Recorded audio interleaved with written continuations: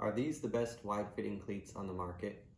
In today's video, I'm going to go over what the New Balance 442 Pro does well and not so well to help you decide if these are the right cleats for you. Retailing for just $130 US, these may be the cheapest K-leather boots on the market. However, due to the budget-friendly price, you can tell there are a few areas where New Balance has understandably gone with some cheaper materials, which we'll get into a little later. I want to go over the fit of these first because I think a lot of players out there are looking for some wider fitting options. From what I can tell, these come in a standard width as well as a wide version.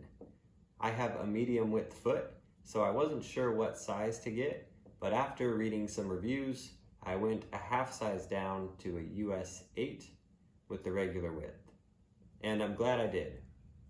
Even though they were almost unbearably tight at the end of the toes when I first put them on, there was still a lot of extra material in the midfoot.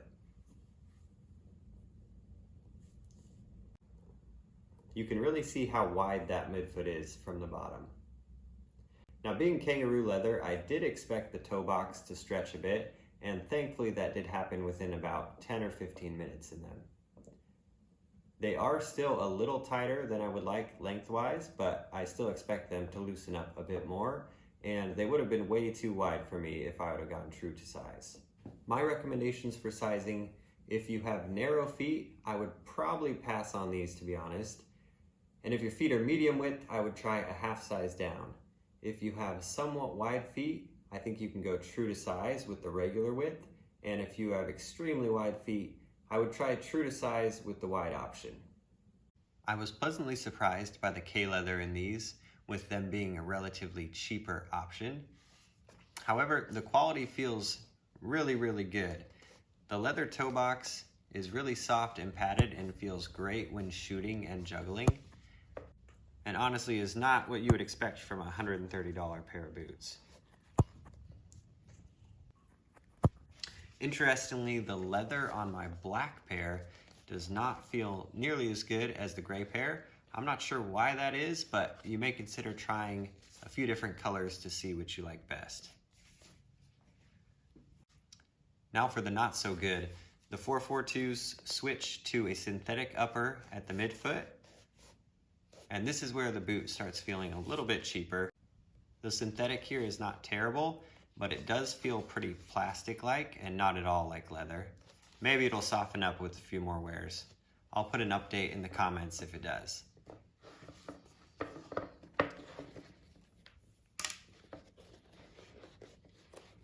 I have no complaints about the tongue.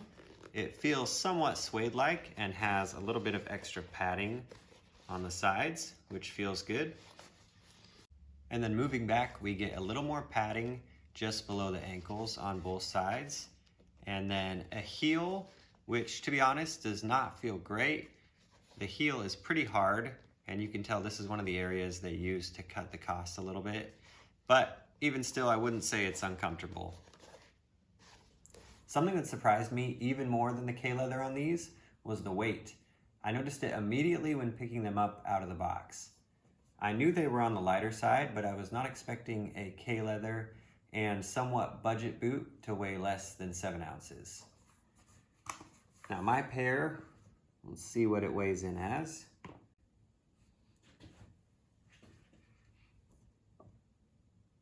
Okay, so 6.39 ounces. For reference, that's lighter than these.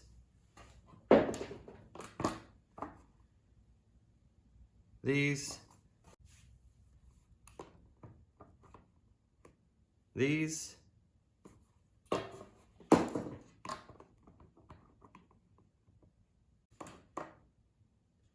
and these. Well done, New Balance. These have a traditional 3-and-3 conical stud pattern for the FG version, very similar to something like the Puma Kings. The studs are fairly short, so I got these primarily for artificial grass. They are a good option if you're looking for something that you can use both on FG and AG. If you're playing on wet grass at all though, you're probably going to be slipping. The sole plate itself feels really cheap and is not the most comfortable, to be honest. The black pair specifically just looks and feels like cheap plastic. We'll see how well it holds up on AG.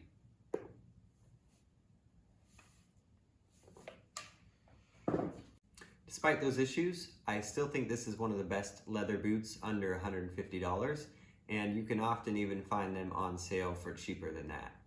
If you have wide feet and struggle to find cleats that are wide enough for you, I think these are a no-brainer. For the next generation, I'm hoping New Balance upgrades the sole plate and provides a little bit more padding in the heel area. Even if this raises the price $10, $20, I think they would still be incredible value. Let me know in the comments if you went true to size with these or not, and as always, thanks for watching.